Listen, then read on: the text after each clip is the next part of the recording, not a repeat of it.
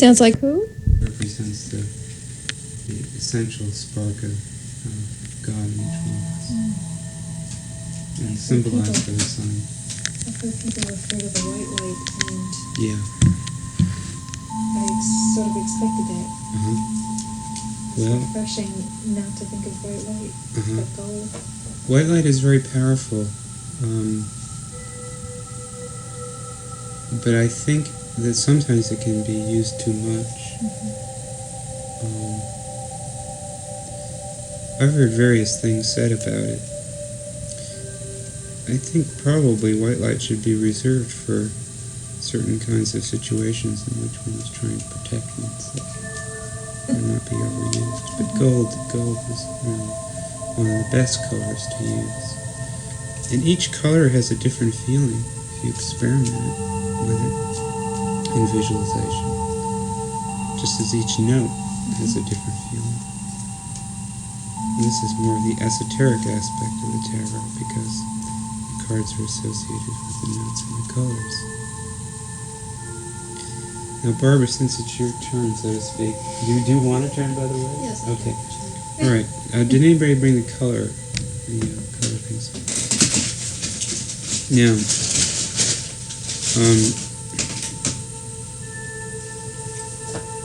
before you take them out, I want you to close your eyes and visualize a color, any color. The one that comes clearly into focus.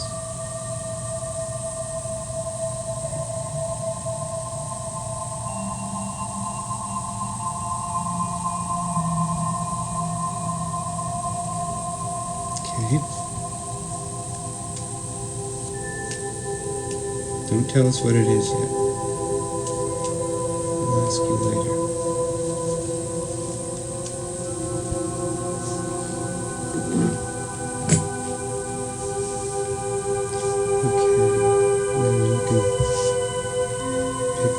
Up, spread them out to whatever you'd like.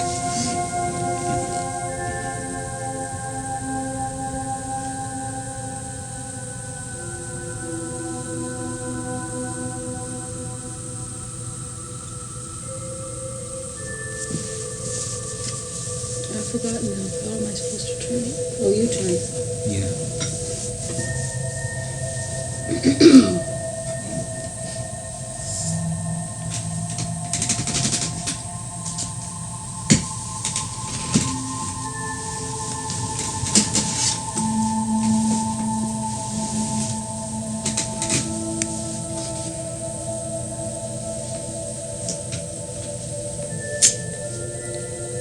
Okay, now I want to try to start by tuning into the color, which in this card is not as obvious as it is in other cards because of the way I've colored it.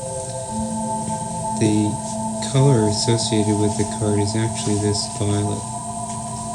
It's a light shade of violet. I don't know if we have one in your color deck. We have a light shade of violet. You asked her to visualize You saw violet? So you're way ahead of us, Marilee.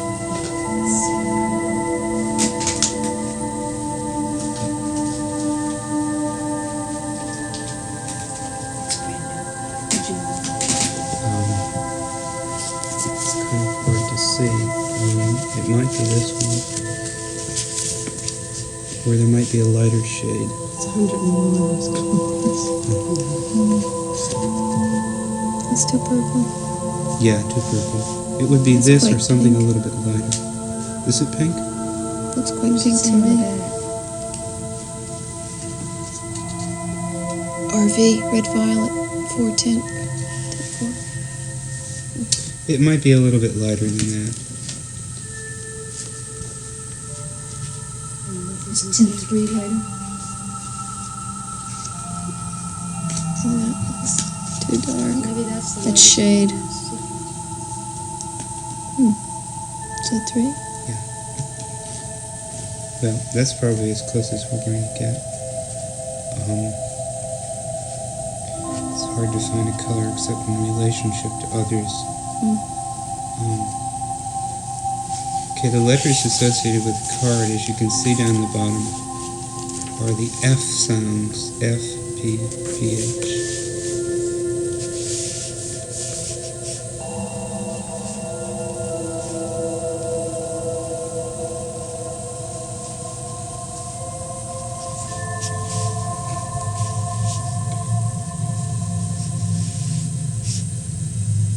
Okay, this card is upright, which is its most positive expression.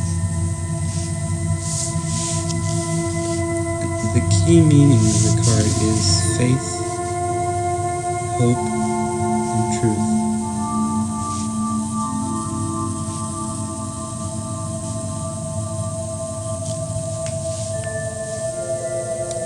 It's one of a number of cards in which we see a naked woman, and that is indeed supposed to be a woman.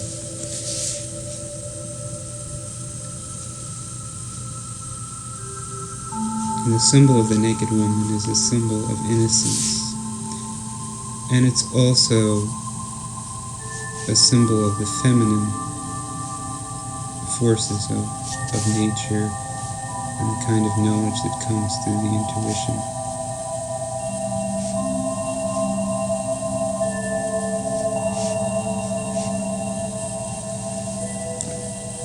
When we look at the card, we notice there are two vases. Technically, one should be silver and one should be gold.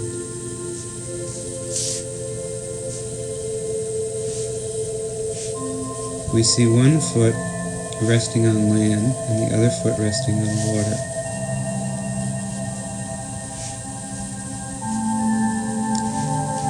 And there's fluid being poured from each vase, one into the water and one into the land. And this is a symbol of balance between the reason, the rational mind, and the intuitive mind.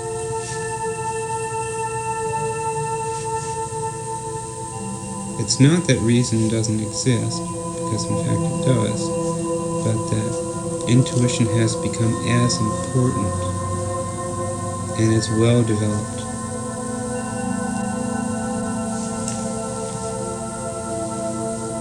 This card is associated with a number of cards in the tarot, but we can refer back to 8, which has the same numerological value, and which is called the balance.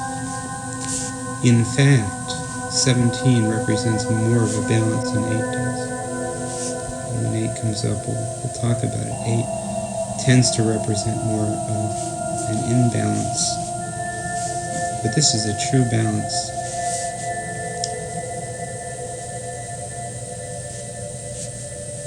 The butterfly on the card is a symbol of immortality.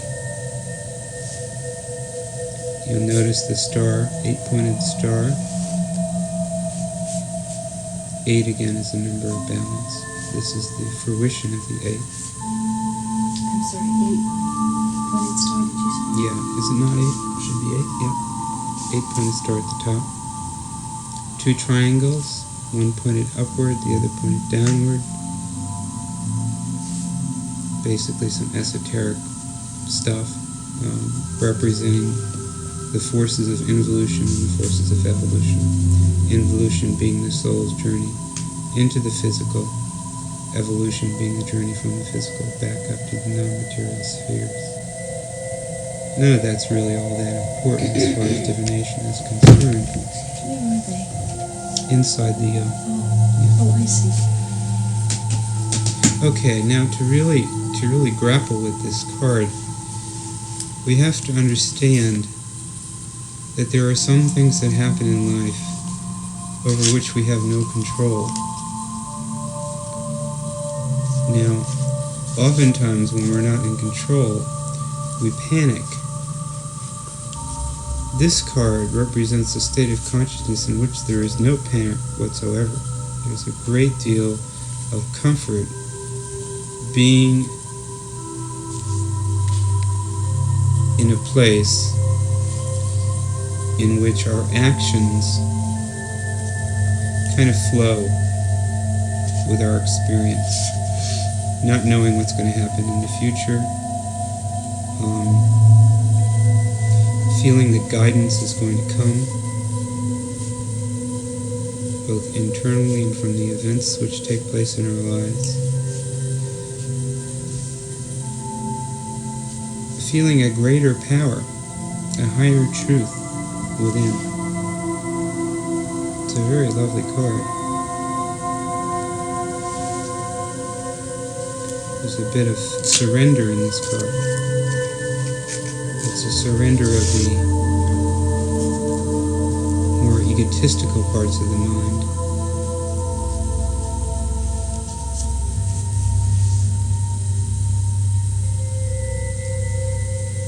And mind you, it's not a blind surrender. It's not a naive consciousness. Is it more of a relaxed surrender?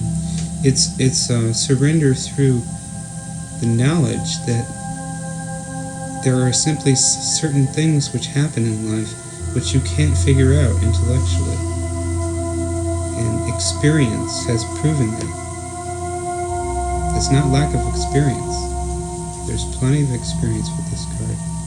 But there's been a determination that there are times when the best thing to do is to just let things happen the way they need to happen. And it's that kind of surrender.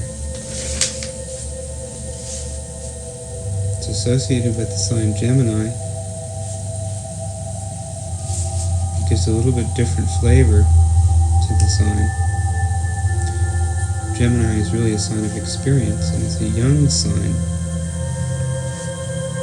It gives a very active mind and all the rest of that. But this card represents more of a seasoned mind. Really the fruition of the intellect in the balance.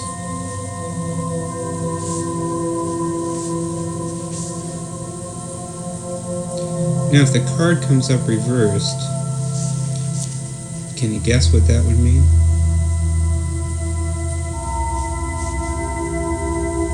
That you might be struggling to achieve that balance. There is a certain amount of panic. Could mean both of those things. Chances are it means that the reasoning mind, the Gemini mind for detail and for knowing exactly what's going on, is going to be more pronounced. And there's going to be a real attempt to try to figure things out. When that just can't be done.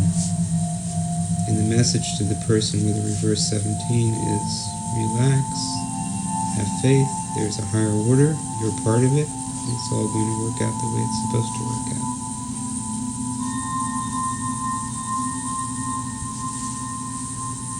This card does not come up for a person who is not capable of faith, hope, those kinds of dynamics. It just doesn't come up for a person who is rigidly controlling. It doesn't It's a come gentle card. up for a person who is hardworking.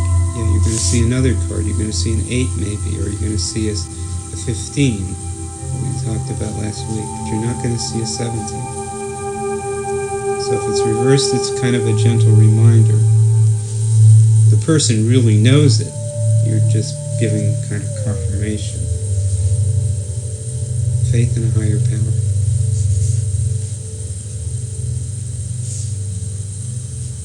Now, since Barbara picked it in an upright position, it suggests that her attitude toward life right now is one of real trust in the nature of reality and of her experience, and a real belief that there is an order to things and a willingness to surrender to that order. How does that feel for you? Well, it's odd because I would say that I very definitely would like that to be true. And I've been thinking along those lines a lot lately. However, that isn't the way it really is inside me. And as a matter of fact, I would say that that traditionally I've been this way. I am a person who has to, worry things to death and forget every little thing. Not do those things which would seem Okay. Well, that's more as if I should have picked it up upside down. okay. I'm glad that happened because it gives us a chance to talk about it. Number one, we're not using the entire deck, so we only have 22 cards to choose from. It might be that had we been using all 78 cards, we would have gotten something that would have indicated a little more hesitancy. But my sense is that the more important lesson is that all the cards are relevant to the person you're reading for. So, Barbara picks a 17. What that means is a lot more faith relative to her life and where she's going. There's no absolute in that sense. Cards always refer to a specific person. So this is a time when you're really beginning to trust a little bit more in a higher order. You're beginning to feel more of a God consciousness. Well, that must be so, or I wouldn't be thinking about it so much. Sure. I mean, even if it doesn't appear to have happened, I must be attempting it. Chances are that change started taking place inside you before the thoughts even started to come. And we pick cards, of course, on a soul level. So when we pick a really nice card like that, Don't knock it. yeah, something nice is happening inside, and it's a real confirmation for that. And what it's saying to you is you don't have to pull back and try to control again, because it's happening through you. And the more you trust in that, the more it's going to happen through you. So do more of it, not less. There is guidance. What was your color? Oh, it wasn't violet. No, I didn't think it was. Okay, it's a blue. It's sort of a grayish blue, like a heather type blue, smoky type blue. And it just came into my mind. It's not that it's my favorite color or anything like that. It's the color of my eyeshadow. I can't I say don't it. have it on, but it's what I wear. I know the color. Well, blue tends to be either a Capricorn or Aquarian vibration, but the smoky kind of blue doesn't really fit either description.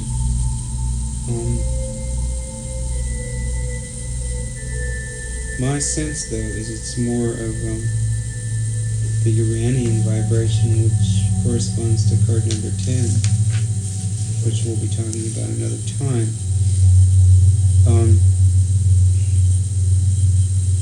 But in line with that, I would sense that there probably have been some big changes in your life recently, which have prompted you to adopt a new attitude towards your experience and cause you to sort of reach within for a deeper faith. Very likely so. People respond to major changes in one of two ways. They either withdraw out of fear, holding on, not able to let go, or they realize that actually the meaning of this card, which is it's futile to hang on, because it's going to happen anyway. Card number 10 represents a sudden change that comes into your life, and you have no choice. Certainly not on a conscious level, you have no choice. It's just, it happened, your life has changed, and you either look at that as a positive thing, or you sit around feeling sorry for yourself. In my sense, is that probably that dynamic, that major change for you hooked you up to a deeper level of self. I don't know if you want to talk about the change which happened. I would imagine it would be major. Well, I don't know if it's all that major, but I left a job to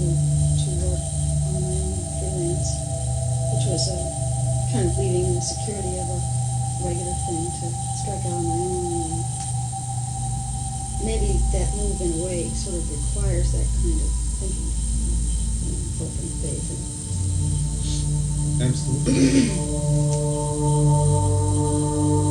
Because you really don't know what's going to happen. True. But then I am a major change type of person. I mean, that's one of my lesser major changes that I've ever had. And, How does that fit in with what you said before about having tended in the past to want to control? I'm not sure that I... to want to know where you're going? Oh, no, I didn't mean to say that. Okay, I was saying before that I do approach almost everything more with my mind, more intellectually than intuitively. And if I can't figure something out intellectually, I find it difficult to relax and flow. Did you make this decision when you were very conscious or doing your job? Yes. In fact, I can't really do things until I haven't really been able to do those kinds of things without being able to intellectually rationalize or figure it out. Well, you'll see it's going to be a major change in your life because it's ushering you into a different realm, a different way of processing reality. You may be feeling only the beginnings of that right now, but the more you begin to sense your own inner guidance, the more that will become the basis for making decisions, and the less you will be using your rational mind. See, I think I've always had a problem about trusting the guidance system. I would like to be able to trust that more, and I recommend myself about doing that. I think you started a very beautiful process. Could I ask a question? Sure. Could it be that her subconscious already made those decisions, but on a conscious level she has to rationalize and find a logical pattern for things, and in that way justify what her actions are going to be? Yeah. What's your sign, Barbara? Do you know your chart?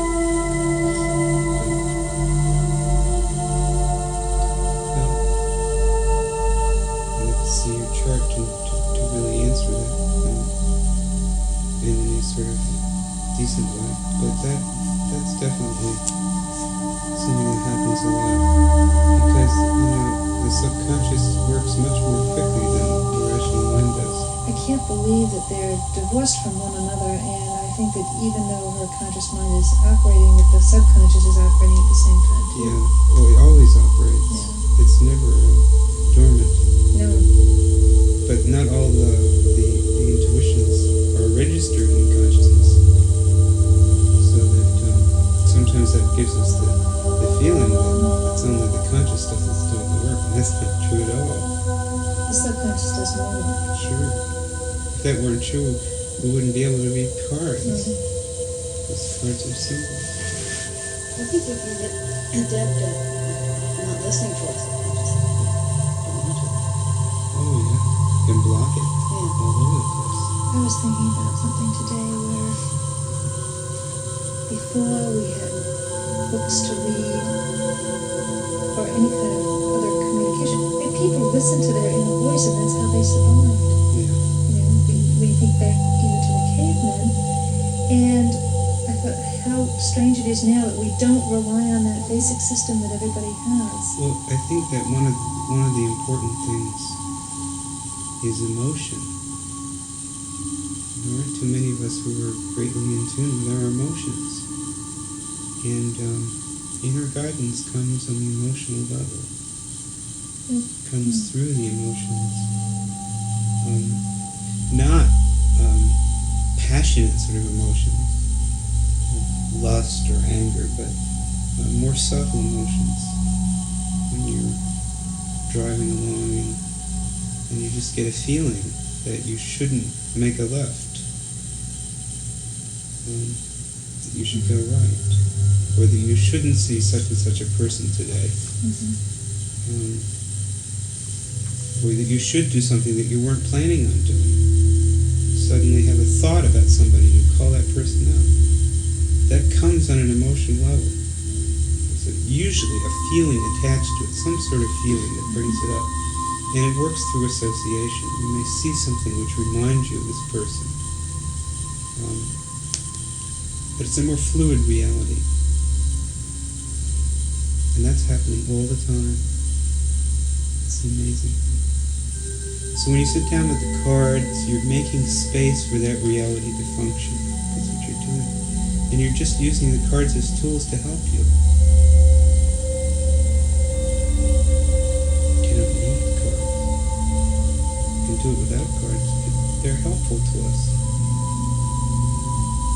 Because we tend to live in our rational consciousness most of the day. We make up for it when we go to sleep. Okay, any questions about this card? No, but I don't know why it comes to mind, but I'll share an experience that I had one time.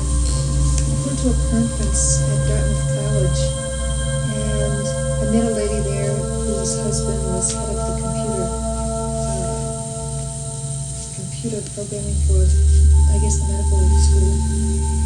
And he had a lot of time allotted to him on the computers, and I was so fascinated by what the computers could do that I really wanted to go back some other time and use them. And she very graciously offered me this opportunity to come back for a weekend, and we set a time for it, and her husband allowed me to use his computer time as long as I didn't erase any information that was in there. I could use his code and so forth.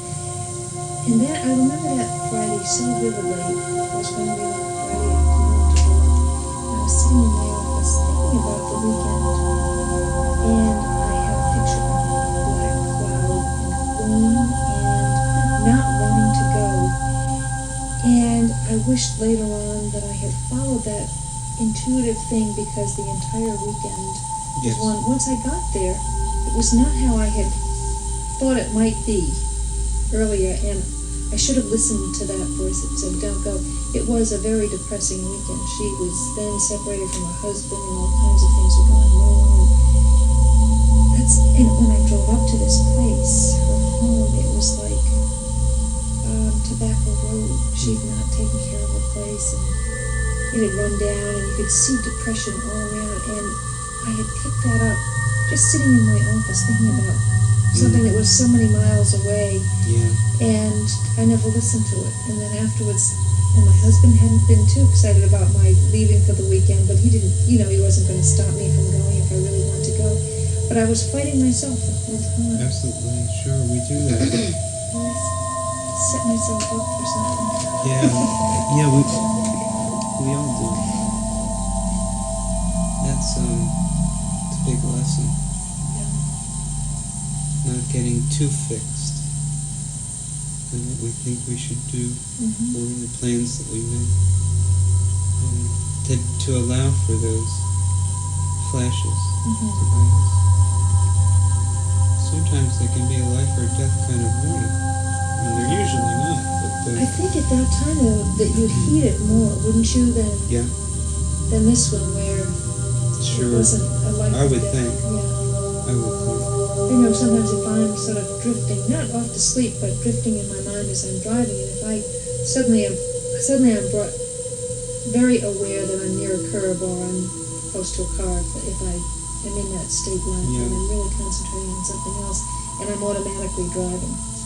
Yeah, I've had that happen. I wonder what triggers that sudden... Your subconscious is out there working. Is actually watching the road for you. Yeah. But it needs you to do the driving, so we better come back. That's right, like and that. it gets in touch very quickly with your conscious level.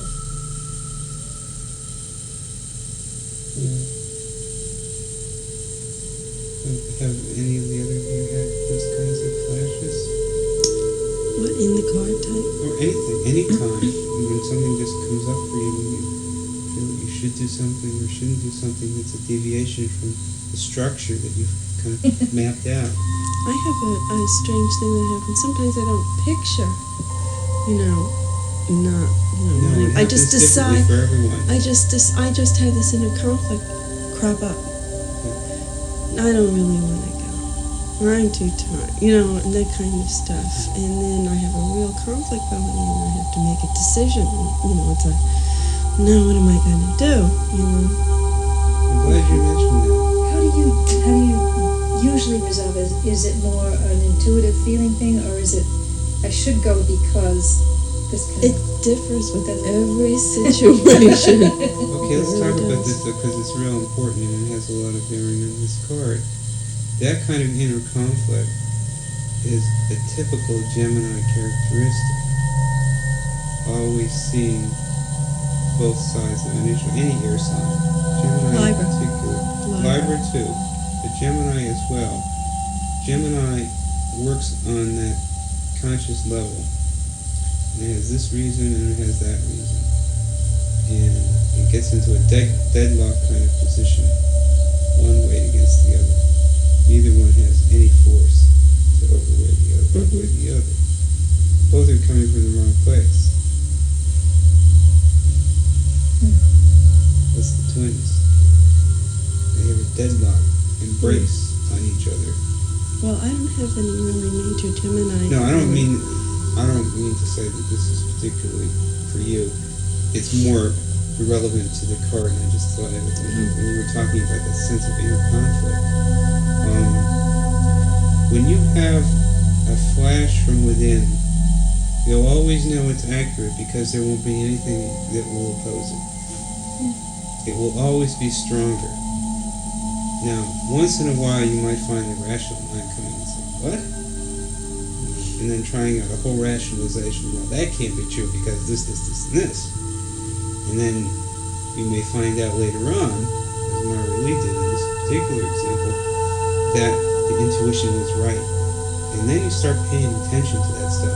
And then you see these little rational twins coming in, doing their little song and dance, and clouding the whole issue, because it's really not a question between choosing between this and this. There's something else underneath, which says don't do either. And I don't know if that refers to your situation. No, I usually pick one. Yeah. And does one turn out to be more accurate? Well, it varies. When I finally do make the decision to motivate myself, Okay, one good example of that, which Mara knows about, was to take this class. Mm-hmm. I was unsure whether I could give it my time. I didn't have a chance to get my cards. And we spoke to her and I said, well, I'll show up anyway. Okay. But when I was first here, I was unsure as to whether I was going to continue taking it. I got here and it felt good. And I just went right into taking the class without any problem at all. But I had conflict all the way up until actually getting here. And of course, it was a problem to get here. And it was hard to motivate. I was eating dinner and I was late, and it was hard to motivate myself out the door. And I was going, well, should I or shouldn't I? All the way out the door. Right. Until I got You here. see, I guess what I'm trying to say is that in that state of consciousness, which I think is characterized by Gemini, not Libra. Libra has a different issue related to other people. Mm-hmm. This is within itself. One line of argument says do this, another line of argument says do that. And neither one could possibly convince the other, because neither one is aware of the inner dynamic. Now when you got here, and it felt right, then you didn't need your rational mind to tell you reasons. You just knew that that's what you wanted to do. And that's the sense of this card. Just waiting for that, allowing that to come through, and not trying to simply pick, you have 10 reasons on this side and 9 on that side, so you do this one. But letting that sense of, it feels right coming through, because that's the guidance. It feels right. You might not be able to explain it to anybody else, but you know it for you. Mm-hmm. That's what this card is all about. Making that a way of life. I was just going to ask you, how do you, because I do have a tremendous trust in my inner voice. It's happened enough times to me so that I'm very aware of it at many, many times. There are other times that I wish that I could shut off that conscious going through the logical stages and talking myself in or out of the answer. And how do you shut that off? Well, doesn't it depend on whether you listen to the voice or not? I suppose, but at the time, many times when I hear the inner voice, I also hear my conscious mind start running through a bunch of alternatives. Then, how do you stop that from happening and say, I'd like to really just listen to one voice and forget all that other stuff? You choose. You see, conscious mind it's not a devil. Oh no. It's not all bad. It serves us well. And actually, it's a safeguard. Because sometimes you'll get a message and you'll be off the wall. But shouldn't you still listen to that? Well, it's a kind of discrimination. I get intuitions about things all the time. I'm not always right. Yeah, that's right. I get them too, and I go to check them out, and sometimes I'm right, and sometimes I'm not, and sometimes I'm not, and I think to myself, well, I was wrong. I feel puzzled, but that says that it's not, your intuition isn't always correct. If you accuse somebody of something, whatever, because you feel it, you could be wrong, but you feel it really strongly.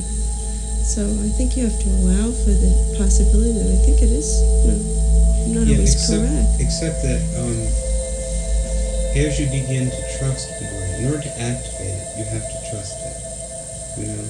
So it's like, you can't say, well, I'm not going to follow my intuitions because they may be wrong, because then nothing will ever get started, and you just won't develop psychically. But as you begin to trust and take some risks with it, and it gets used to serving you in that way, you begin to be able to discriminate, not mentally, just through a feeling kind of level. When something feels real right, you're not going to be wrong. But there will be other times when it's just not that powerful. It just doesn't feel that sure to you. And you'll have a sense, well, this could be, and it might be worth checking out. And you sort of develop a flexibility with it. But, it's a tricky issue. I guess what I'm trying to say is that, that conscious deliberation sometimes can help you out. And the more you trust that intuition, the less the conscious thing is going to come through and intervene, unless it's really necessary for it to. Does that make any sense? Oh, yes. Yes, it does. Well, that's a big help, because there are times that I like to shut off the conscious mind a little bit more, and I suppose if I just took the time to relax, that would help. Oh, definitely. Because that's what it is, really. That's coming from a very relaxed place in you, so if you really want to sit with it for a while, you'll know.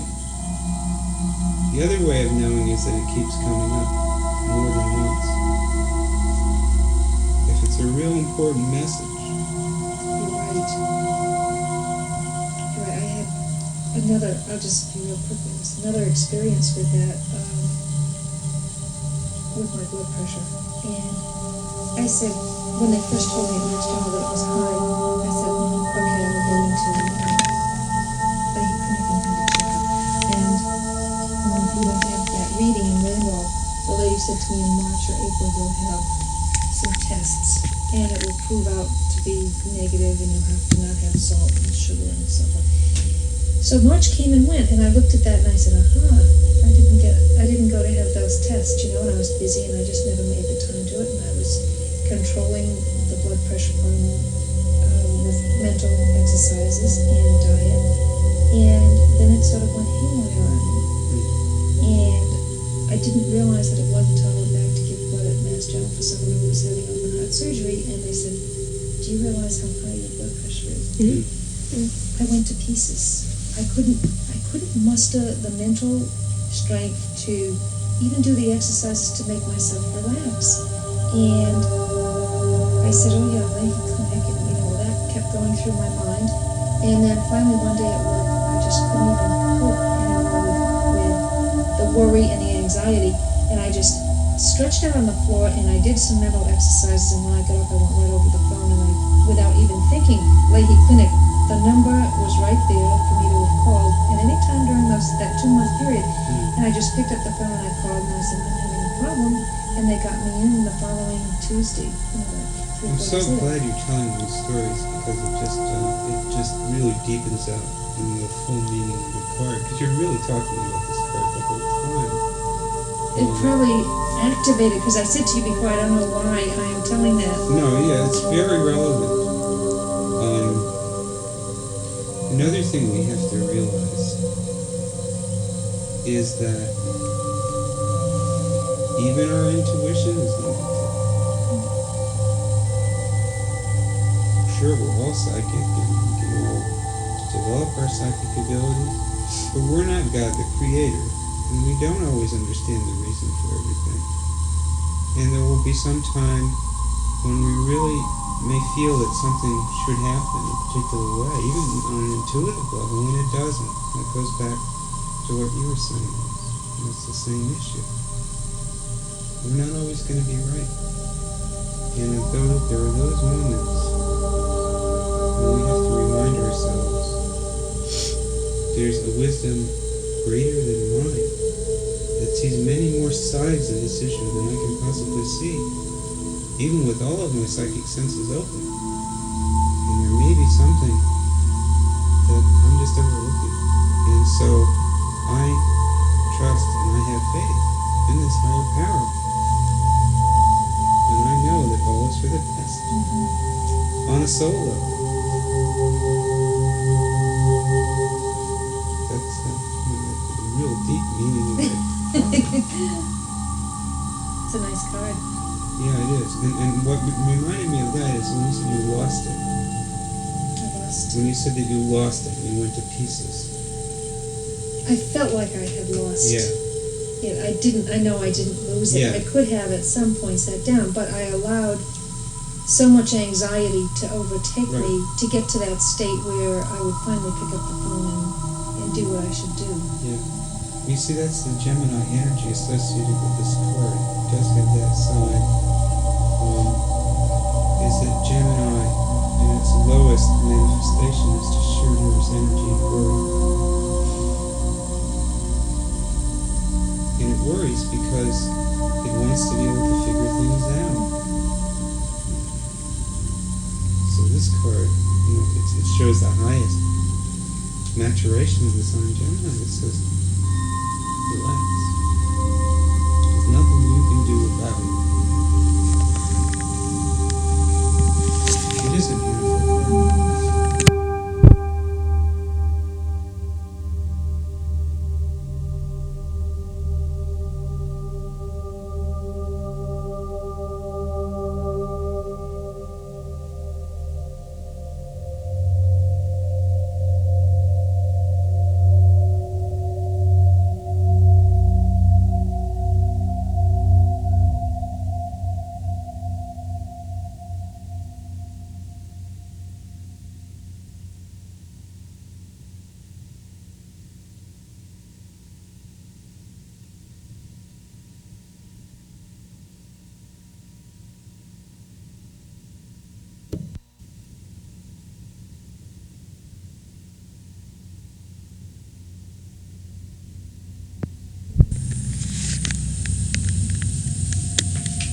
As we were talking about the card, did it seem more comfortable to you or anything? Well, I did realize as we were talking that I think a lot of my things that I do, important things, do spring from a subconscious level originally. They're an emotional or intuitive thing. They start there. But they have to be justified and confirmed up above.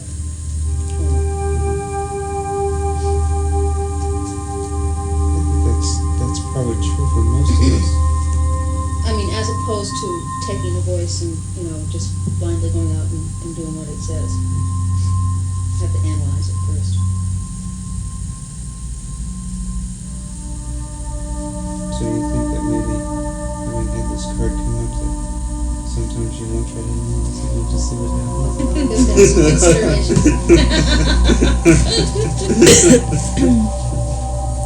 Okay. I wonder if using that color, using that light magenta, would help trigger that for her. I mean, if, in other words, in that kind of situation, if you can catch yourself and make the association somehow with that color. Or anytime you see Yeah. that color That would is be everywhere wonderful. now. Every time you see that color, let it be That would be a a sign wonderful to you. idea. I see that color everywhere now. I'm so drawn to it. Is that the magnolia Yes. blossoms and Yeah, stuff like that? yeah. It's a nice idea.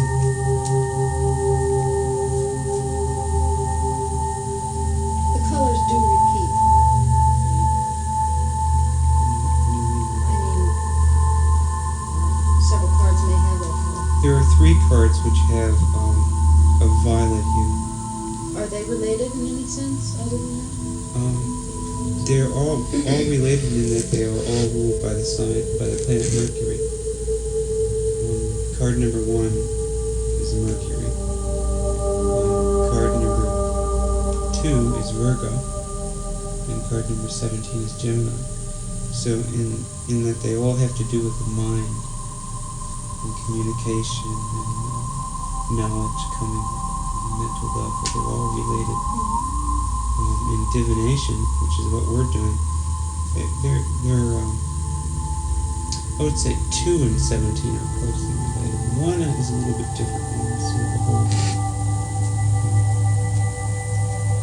whole other story in that it's the first card in the tarot. So that there are 3 cards usually that have a very similar color. Could you have selected to color that card in a different way, emphasizing more of a different area, or does it have to be the way that you did it?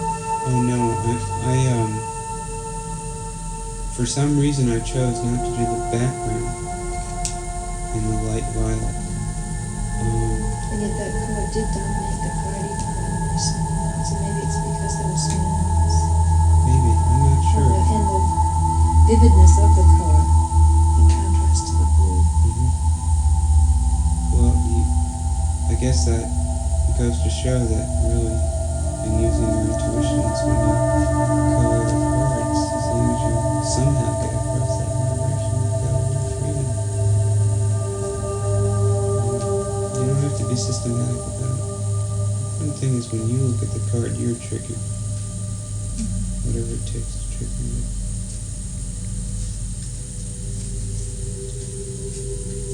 Okay.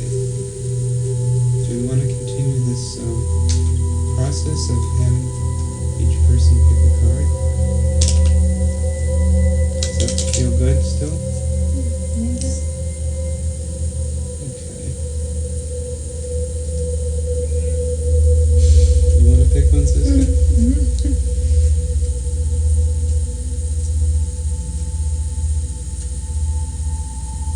I thought he would calm down enough if I let him pick one.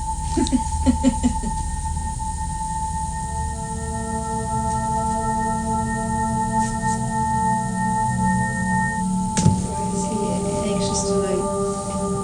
He just wants some attention. Okay, who's next? Should we go in order? No, So we can do it? absolutely not. Not for this kind of work. No order. Somebody. All of us grab for it at one time. Well, I'd rather have that than have somebody feel that they have to. And that's why I asked, because I don't think we should continue this, if there's not a sense of wanting to. Because whenever you do a tarot reading, it's real important that if you're reading for yourself, that you feel a real desire to have that guidance and to listen to it, that you can really make the space in your life to listen to it. Otherwise, you're really communicating a message to your cards. And the same is true when you read for other people. You shouldn't read for other people just sort of to show off that you know how to read tarot cards. You should only read for a person when there is a real conflict, a real problem in that person's life, and that person is earnestly seeking some sort of guidance for it. Those are the ideal conditions to use the cards. So that said, anybody who feels like picking a card can pick a card.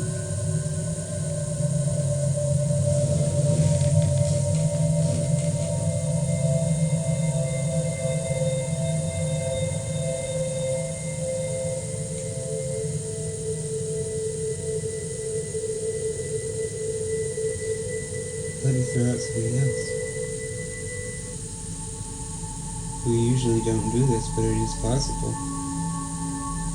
If any of you know a person in your life, and let's restrict it to people that you know well, who is in need of some sort of guidance, then you can choose a card for that person, but do it only after you really clearly visualize the person in the particular situation that you're seeking guidance.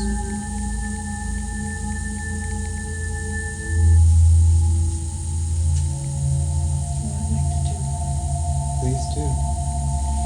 Why don't you sit with it for just a moment and get clear, close your eyes and visualize the person strongly, the situation, and then when it feels real clear to you, just go ahead. And when you do, Marley,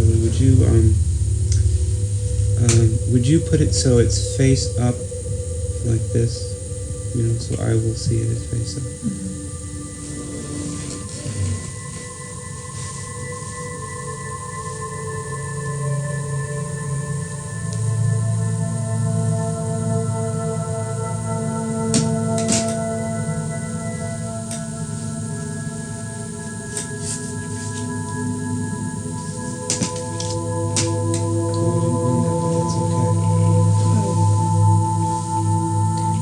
In the future, what we want to do,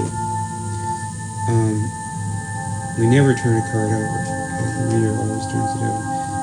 It's just because you're sitting in this direction, I wanted to make sure that I knew which way it was, facing.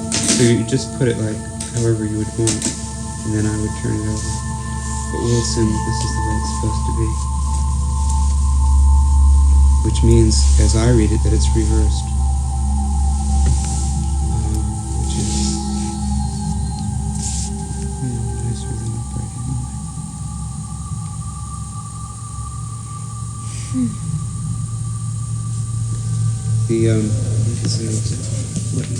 The dark purple is the color this card.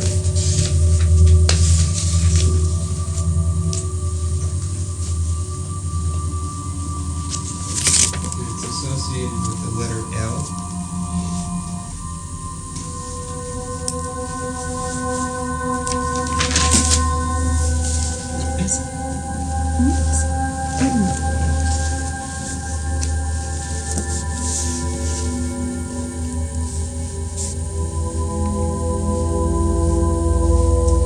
Low A. They've been doing the notes. Here's the note.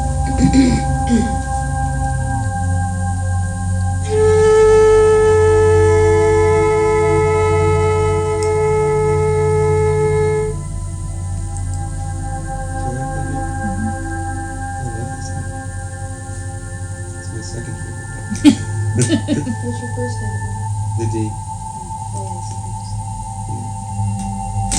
Listen to this. Try not to look at the card. Just close your eyes and listen to this tone. See if any image comes up or any feeling about it comes up.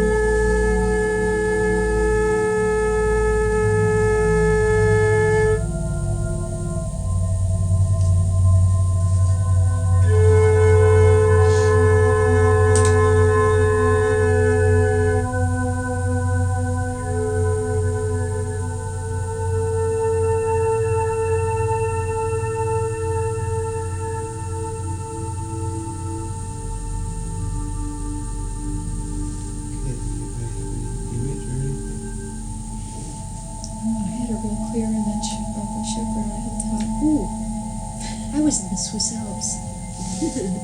But I've never been there.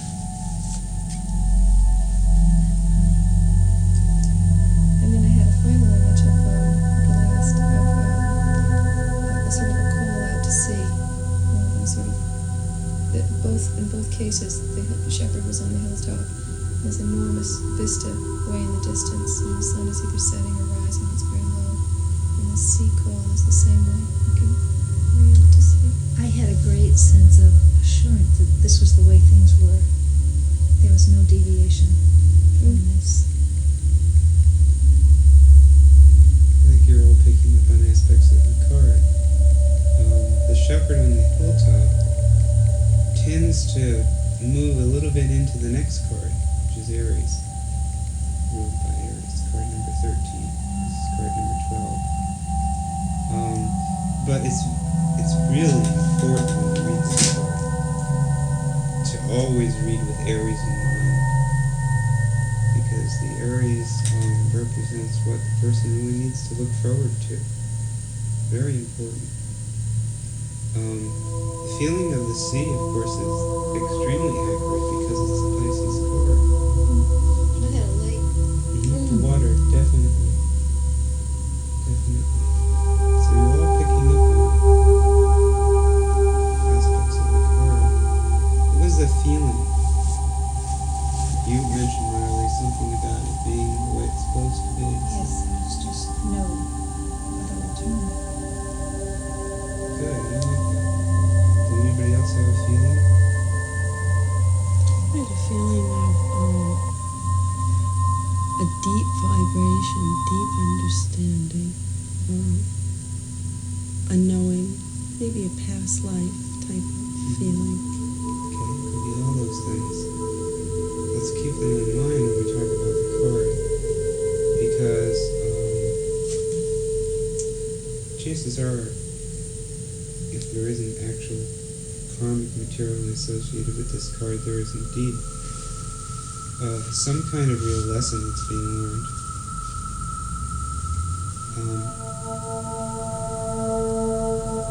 This is one of the cards that's most easily misinterpreted. It's called in some texts the Hangman. In this deck it's called the Martyr. Let me talk about its most obvious meaning first.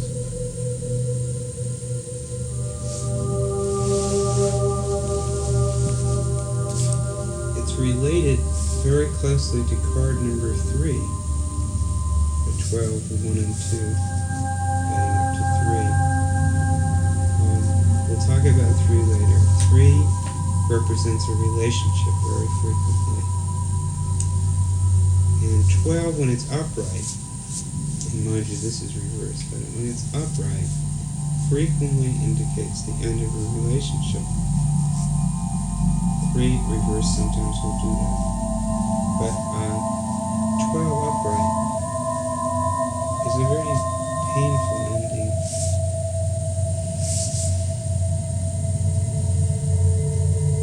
It's the pain that you need to tune into.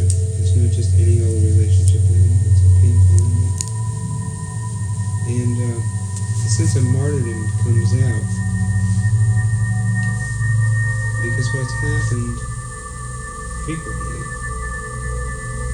is that the person has become so lost in the relationship that he or she has lost an individual identity and sense of purpose.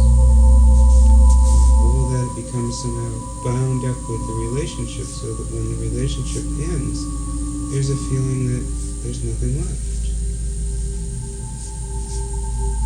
That this is really the end.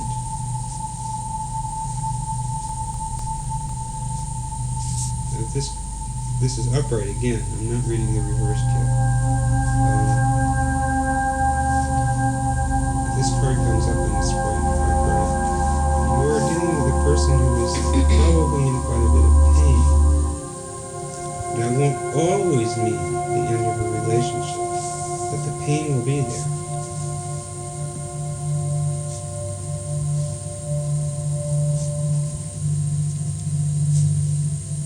So this is the sense of the martyr of sacrificing one's own identity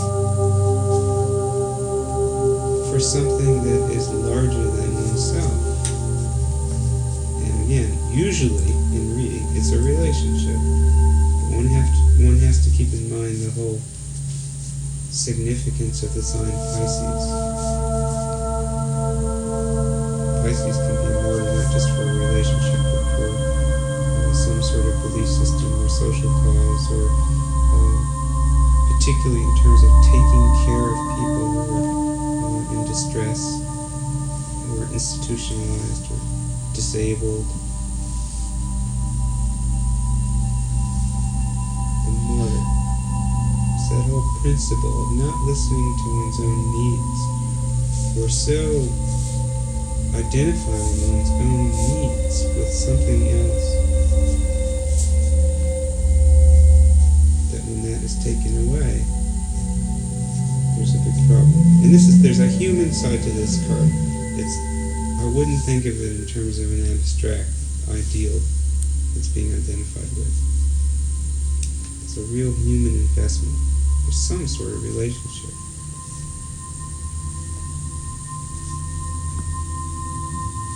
I want to give you some information about symbols, very basic information, because this is the first time it comes up in a real obvious way. We're dealing with 3 primary symbols in the cards. The circle, which symbolizes spirit.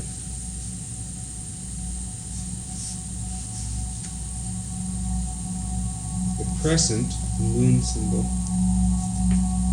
which symbolizes soul or mind. And also the triangle symbolizes soul or mind. The square, which symbolizes earth, body. And also the cross symbolizes the earth or the physical body. So then many of these cards we have a play between spirit, mind or soul, and body. Now, Liz, if you look at that card, do you see any of those symbols?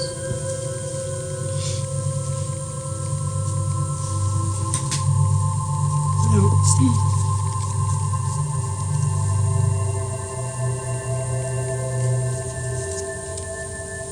I see a rectangle. Okay. Where do you see the rectangle? Okay, yeah, that wouldn't be all that important in this case. It's usually a very clear square. This is a little difficult because you have to look at the figure. I see. A square, yeah. I see squares and triangles in this. I see a square in the leg shape. You see a cross in the legs, right? Oh, I saw a square. Okay. Yeah, all right, good. In the But negative it's area. actually the cross that's, when you're looking at it in this direction, it's the cross that stands out. Mm-hmm. And you see a triangle Again. in the hands. Uh-huh. Okay. So we have a triangle. If we're reading it upright, which is in your direction, then we have a cross above a triangle. Now, just knowing what I just told you about those symbols, what would that mean to you?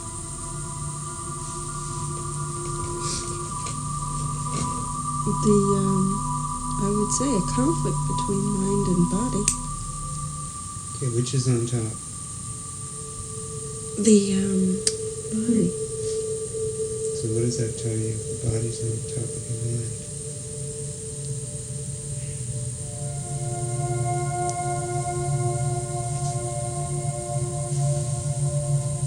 You going with your intuition? Not really.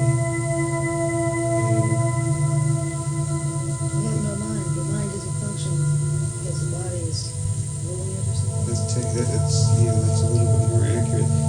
When we say body, we are in fact talking about the shell. Mm-hmm. the physical body. Yeah, we're not talking about the emotions that come through physical level. It's a very, very basic symbol without any nuance whatsoever. Could the body be handicapped in some way? To hold back the mind? Yeah, that's what's really going on, is that there's just so much pain associated with this sense of loss that it's completely dominating the mind. This person cannot think clearly. Very, very pessimistic consciousness.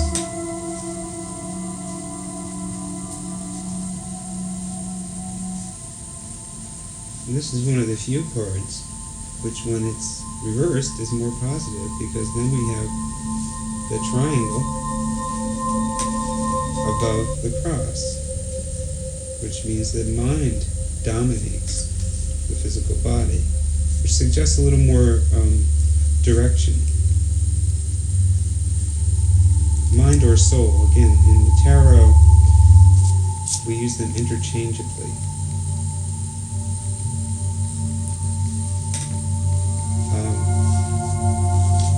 Mind is the whole mind, the total mind, not just the rational mind. That's why it's synonymous with soul. Because the meaning of soul is the record of experience.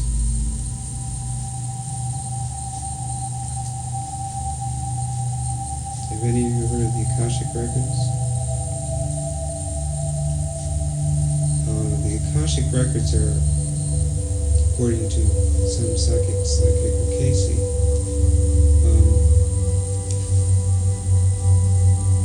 very subtle registrations of the experience of every soul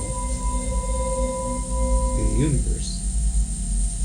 And when Edgar Casey did readings, he would actually see these records and read them. We can't think, I mean, when we think of records, we think of books and whatnot. Well, it would be hard to really describe what the Akashic Records are, because they're such a subtle vibration. But each one of us has a soul, and what is that soul?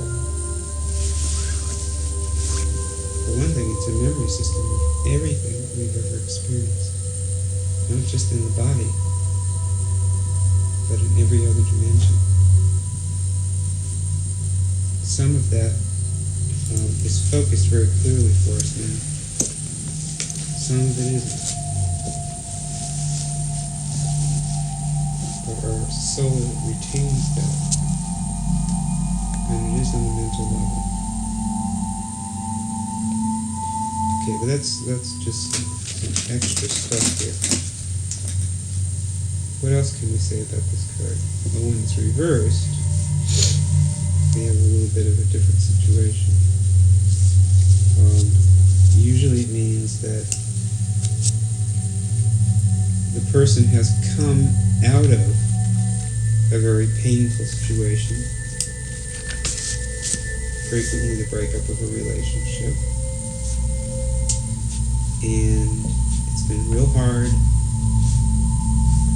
but what's beginning to happen is just this feeling that, boy, it feels really good for the first time, and the burdens are beginning to drop away. There's actually just a little bit of inkling of liberation there. No longer do I have to live for other people. I can live for myself now. And this, Marley, is more a reading for the person you were thinking of. It's a real positive card reversed. And I want to address some of the things that you picked up on when you were listening to the sound. Because these are the kinds of things which anyone who has this card, upright or reversed, has to know. There are reasons, in terms of soul development, why we choose to be involved in certain relationships with people. not every relationship is permanent.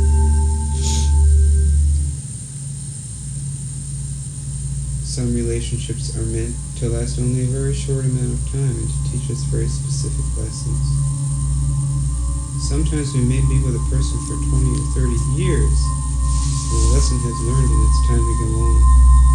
We don't always see this on a conscious level. I mean, we mourn the loss, and we don't tend to realize that, in fact, once a lesson has been learned, we have to move on to something that's more challenging. And if we don't sort of naturally move away from old relationships, then frequently they're forced apart in our lives. And sometimes that can be very painful. And this card usually indicates some force. It doesn't usually indicate a gentle parting of ways.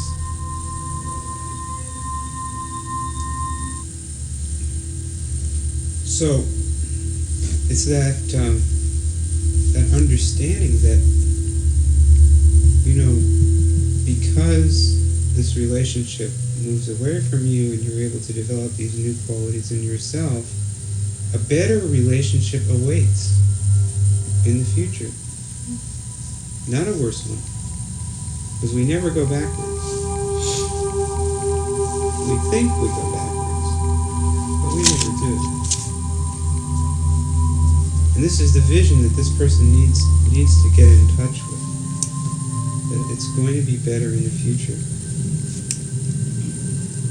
And that often that getting better in terms of relationship depends on the person being able to stand as a separate entity and gain some confidence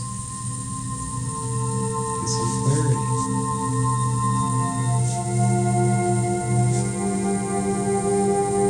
So it's a rough card, upright, reversed. It's still a rough card, but the situation is a little bit more in the past, and there's some healthy thinking and feeling in the present. How does that relate to your... Well, this is a child, and it's a child in my family that has to go in for an operation tomorrow. About 4 months ago, they realized, maybe more than that, maybe 8 months ago. I happened to see her one day with her eyes crossed, and I thought she was doing it. And her friends used to laugh at this, and it would encourage her, they thought, to do this some more. And in fact, she has absolutely no control over this. So one eye has been looking in toward her nose from time to time, and she has had to wear a patch. She's only a year and a half. And the poor thing has had a lot of difficulty in just trying to learn to walk because she can't see. She doesn't have the right perspective. And so she's had some difficult times, and they took her to one doctor who didn't want to operate and do what was necessary right away. So they found a different doctor who does want to do this, and they felt very good about him and very comfortable with him. And he does want to do part of the operation tomorrow, which will give her a better vision, and then next year they'll do the rest of it. And he told her, or he told my brother about a child that had been brought into him when, if they had brought the child 6 months earlier, he could have saved her sight, but she would lose it. So I was really concerned about the operation and how this child would fare afterwards. And before you even finish saying, I got a picture that everything is fine, it will go on, and she will be much improved. Okay, when you thought of the person, did you think of the parents of the child? It was like all three came at one time, and it was just a spontaneous thing. I wasn't going to choose a card because I didn't feel a strong need. And then you said, at the time that you said, it doesn't have to be for yourself, it can be for somebody else. And I wanted to say, oh, Courtney. that's the little girl. But then there's been a lot of trauma with the parents around it, so it's hard for me to separate. They came right up after her name came up. Have they been in a lot of pain? They, Or has the child been in a lot of pain? I think that they feel deeply for her, and Nan has had a certain amount of pain, the mother, because she'll go to the market and people will say, oh, why does she have to wear a patch, and make obvious things, or what happened to her eyes, and they make obvious comments, and it's painful for her, and I've heard her say, I can't wait until she has the operation so people will stop asking insensitive questions. And these will be complete strangers that will come up and speak to her. So I know that they have felt a lot of pain too. And they are checking in with the child. They have a three-bed room so that when she wakes up, they will be with her. Mhm. It won't be a strange thing for her. Well, I'm glad it came up reversed. Yes, and I felt like this doctor was okay, and it was just a feeling. It was not anything else, that he would do the right thing. He's only doing half because she's so young, and he doesn't want to keep her under anesthesia for 45 minutes. And I just really felt good about the whole thing. Good. That's a difficult one.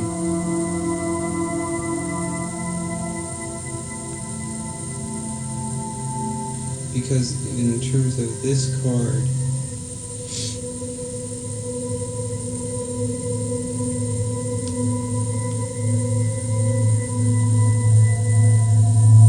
it just feels like there's some certain amount of attachment to the child, which is not healthy for the child. On their part, Probably the mother's. Not probably, Yes. but probably the mother's. that's true. She had a very awful childhood herself, and she is quite overprotective of this child. Okay. Well, she can do a lot of damage with that attitude. I hope, I'm just going to say this straight, I'm not Yeah. saying it to try to alarm you, and I hope you won't say it to her in this way. But I hope she won't have to lose the child to learn the lesson. Because, you see, what really matters is that we learn. And the more aware we become of what we have to learn, the less hard the physical universe has to come down on us to sort of make us aware. And I'm glad the card is reversed, because what that indicates is a little bit of easing up on the attachment, a little bit of learning the lesson just by having to go through the struggle of a year or whatever, of people relating to the child that way. But I hope that at least some aspects of this lesson have connected, especially since the situation may not be over for a while. The child has an independent soul, and I'm sure you know what happens when we're faced with overprotection as little kids. It's classic. Why is there the outgrowing to begin? The assets didn't see. We were protected, prevented from seeing and experiencing the world around us. Interesting.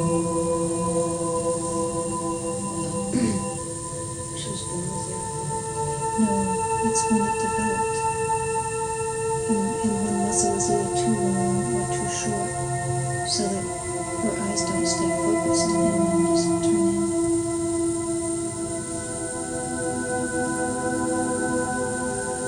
So I think there's some lesson learning for her. Interesting.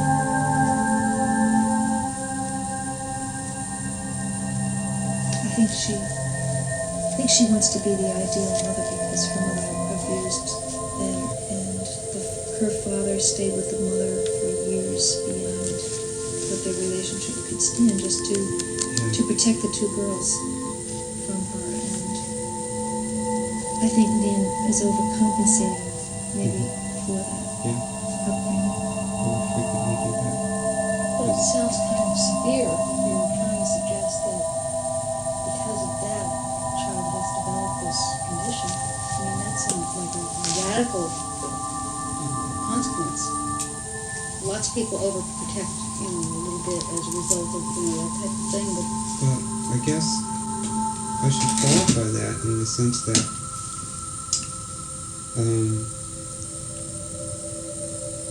the child is an independent soul and would not have chosen this particular parent unless there was a similar lesson to be learned about seeing and withdrawal.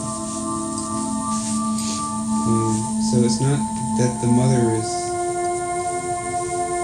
kind of all to blame for the development of the problem.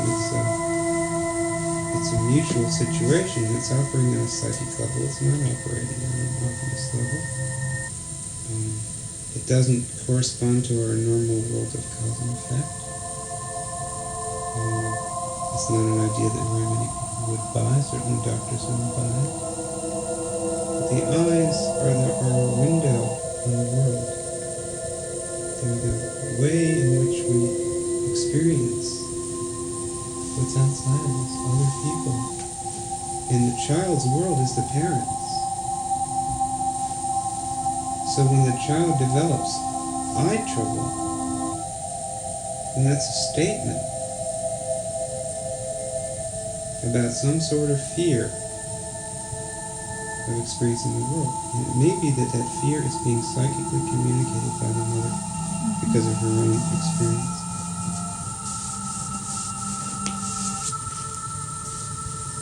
So anyway, you're not going to want to say all this. No, but it's... And I certainly wouldn't say all this if I were reading for her. What I would do is sort of very, very gingerly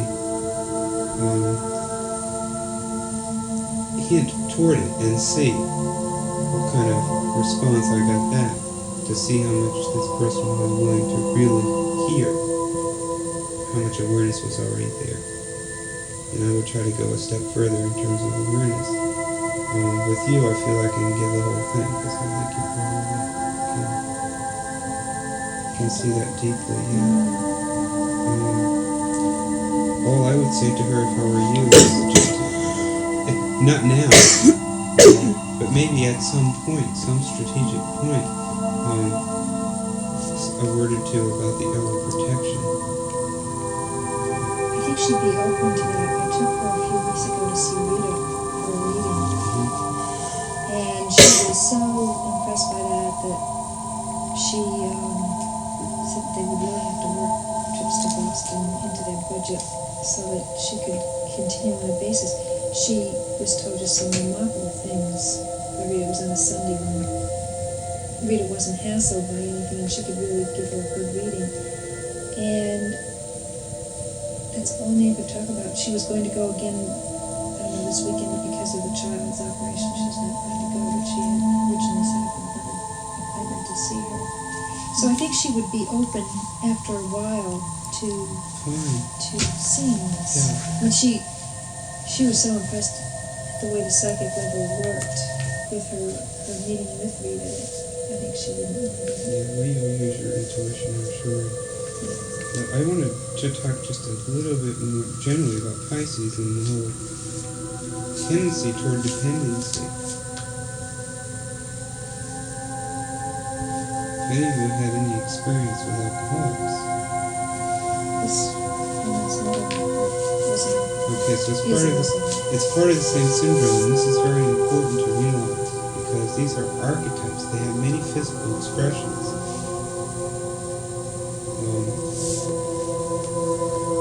But if you've ever worked with an alcoholic, and you try to be understanding, and humor the person and say, oh, well, that's okay that you started drinking again. You're nice and patient and all the rest of that. you're going to get royally screwed. Royally. And if you go to AA, that's the first thing they'll tell you, is don't put up with it. Don't let the person become dependent.